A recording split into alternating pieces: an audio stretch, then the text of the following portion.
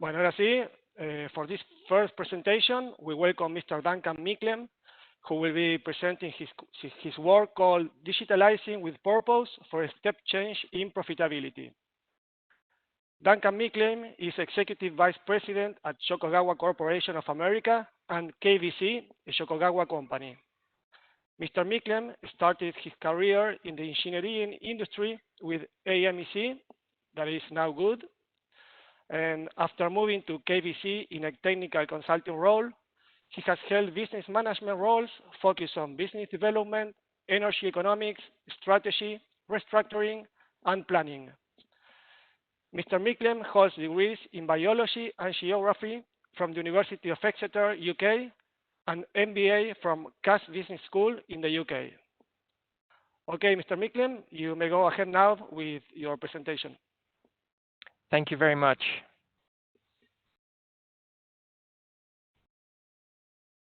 Well, good day, everyone. As I was introduced, I'm Duncan Micklem, Executive Vice President at KBC, a Yokogawa company, and Yokogawa Corporation of America. I'd like to thank the organizers for hosting me at this very important industry forum. By way of introduction, I'll start with myself and then the introduction and then the organization that I work for. Firstly, I'm a huge believer in the digital twin. I have a deep belief that they are the key to unlocking the path to autonomous operations. I've spent the last 15 years in the energy and chemical industry, primarily focused on hydrocarbons, specifically upstream production, LNG, pipelines, terminals, refining, and petrochemicals. I started out as an HSE engineer with AMEC in the UK, and since then have been focused primarily on project development as well as asset optimization. From a company standpoint, we have been a local business in Argentina for over 35 years through Soteca Visual Mesa, which was acquired into the Yokogawa family in 2017. Together, we are very invested in furthering Argentina's energy sector competitiveness on a global scale. Yokogawa brings leading capabilities in real-time data capture and processing, information flows, and integrated execution. KBC, including Soteca, brings technical savvy and knowledge of business value drivers along with operational excellence, best practices, and simulation technology. But why are these capabilities highly relevant right now? Yokogawa recently commissioned a comprehensive global survey around industrial automation and industrial autonomy. The results that came back were very enlightening. In fact, a press release was released into the market today, and the results were quite surprising for me, at least. 64% of respondents anticipate fully autonomous operations by 2030. There's a lot that needs to happen in the industry over the next 10 years for that to happen. 89% of respondents said that they had plans to increase levels of autonomy in their operations.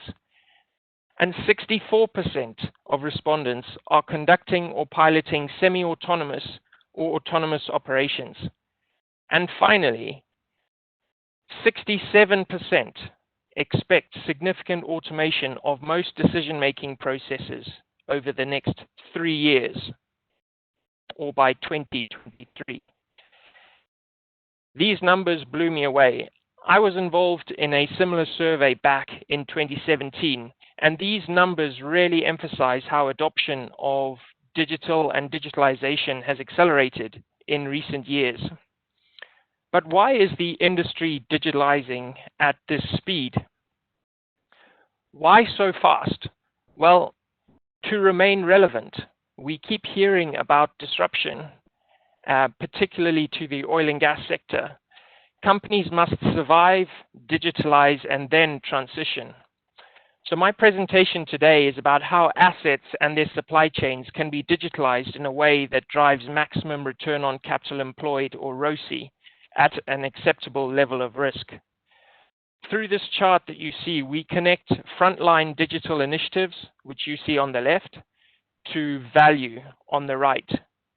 On the right, we have maximum ROCE, the levers of which, as you know, are profit maximization, enhanced capital efficiency, and reinforced license to operate. The latter of which is being increasingly pressured by sustainability and decarbonization agendas.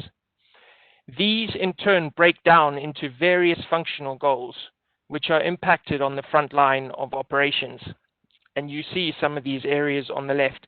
It's here where digitalization initiatives are taking place across the industry. Whether you move from left to right in this chart or from right to left, digitalization of these functional activities must align with corporate strategic imperatives in the boardroom to be relevant and attract appropriate resource allocation. So what level of dollars are we talking about in terms of the value that's at stake? The value on offer is significant. On the right, you can see some of the numbers reaching up in excess of $600 million. This was a study on the North Sea. This value is captured by digitalizing key functional areas that extend deep into asset and supply chain operations, where deep domain knowledge is critical.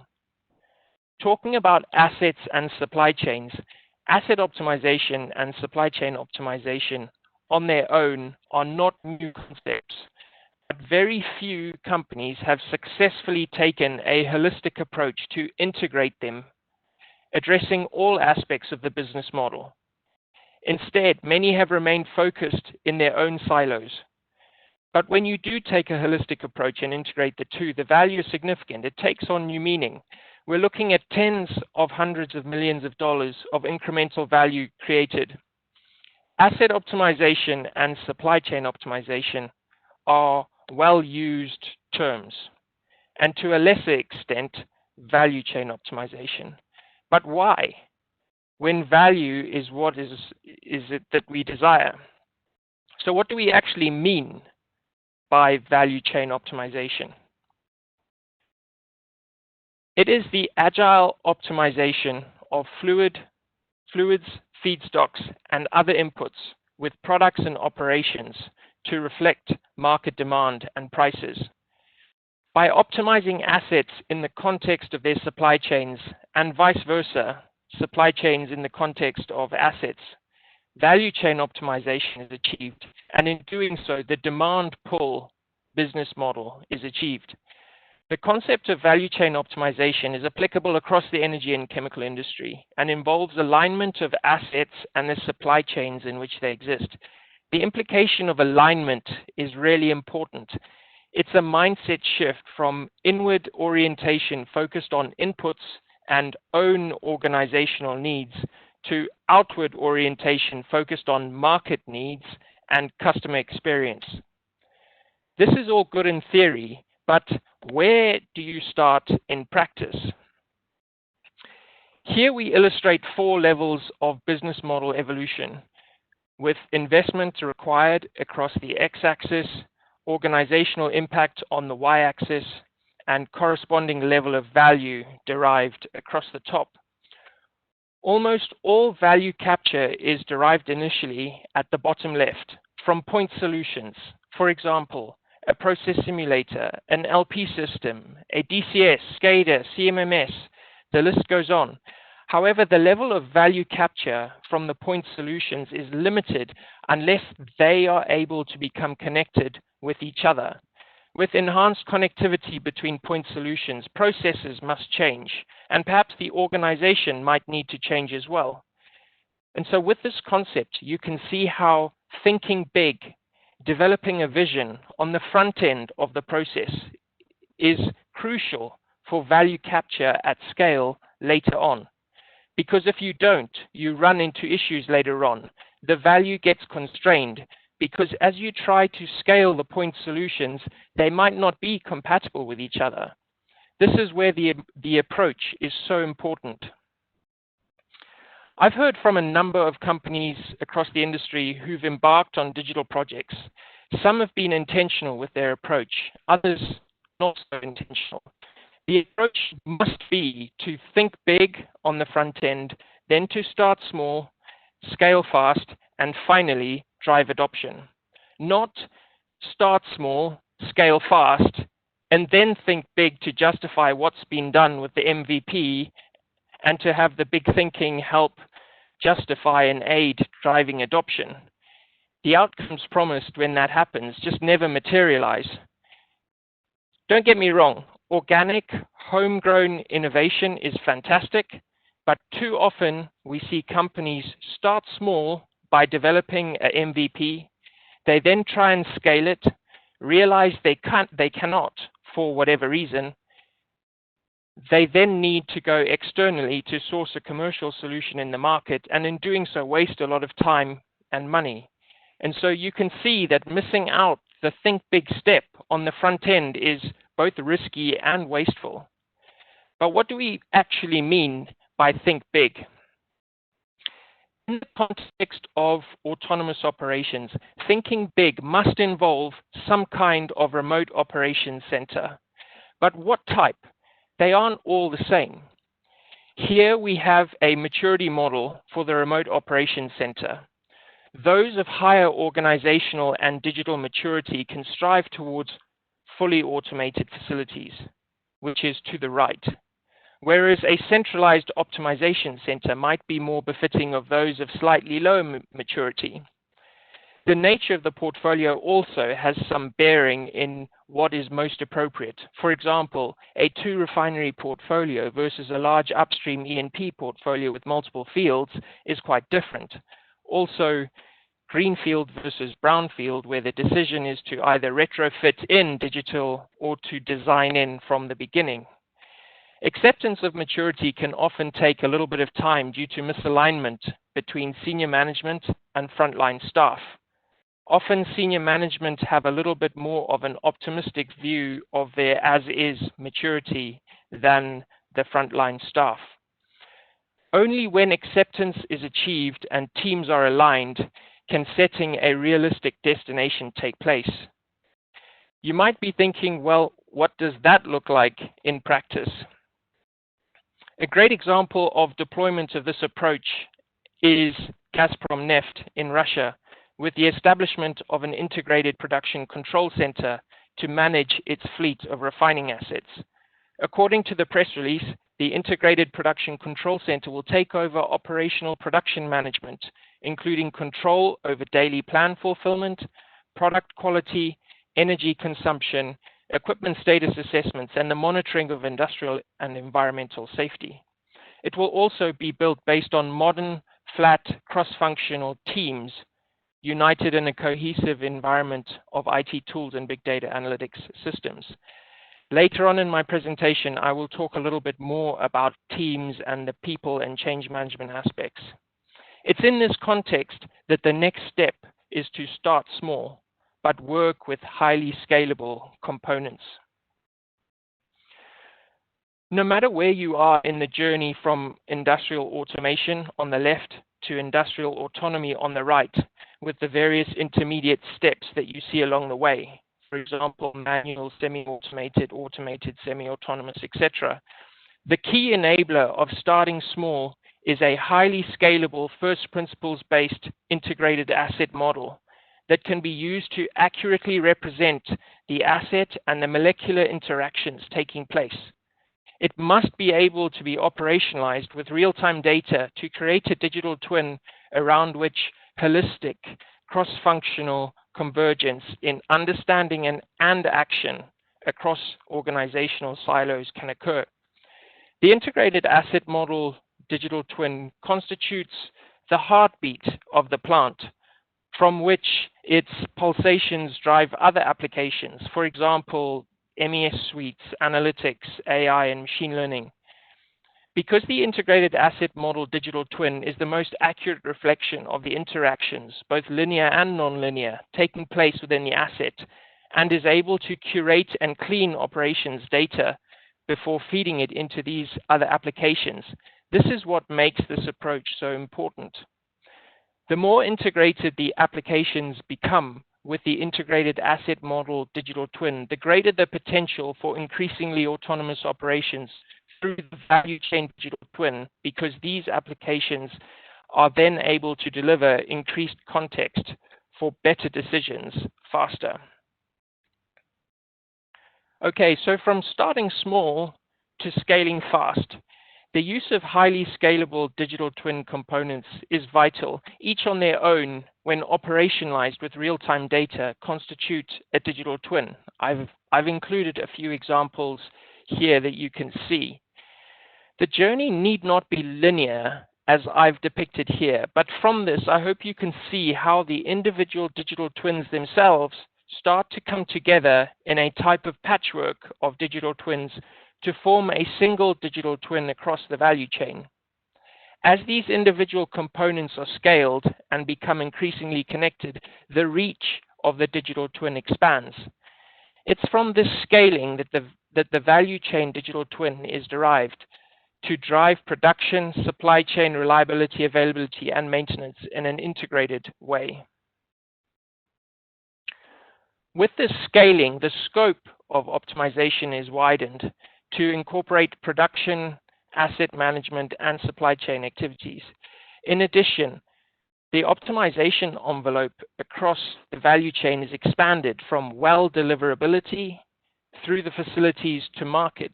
This allows for much more effective molecule management activities, which is what drives so much of the value.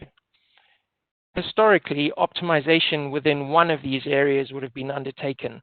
Now the focus is expanded to deliver an even wider focus for more value. Notwithstanding the technical work required to put this in place, the change management aspects should never be underestimated. With change management in mind, we come on to driving adoption. Change management is essential to the successful delivery and implementation of any transformational project. Change management must be an active consideration at the outset of an idea, not an afterthought at the end. It should shape how an idea is incubated into a plan, executed, and thereafter sustained. For example, deliberate consideration of who works on and has input into a business plan often has a major bearing on the acceptance and ultimate success of the project. This is because these people become highly invested in making it a success. The mantra of thinking big, starting small, scaling fast, and driving adoption is critical in itself for driving change management. Starting small and delivering MVP in the short term builds momentum and drives a virtuous cycle of value creation for scale-up and adoption. For this reason, every project should be based on this mantra, and each should pass through similar project phases that you see here, or similar. So to conclude, every asset or facility has subject matter experts who are diligently trying to optimize the plant. These subject matter experts are using asset and supply chain models or technologies to help them achieve asset and supply chain optimization, although few have linked their activities. Once these technologies are integrated more deeply and operationalized with real-time data, and by operationalized, I mean no longer being static tools that you can put on the shelf and take off the shelf and are used in an ad hoc way, they can be transformed into digital twins or monitoring tools. Whether these digital twins or monitoring tools, whether hosted on premise or in the cloud, can then be leveraged by on-site teams as well as central optimization centers delivering remote service support. And here you can see how you start to move towards the remote operations center with a central optimization center.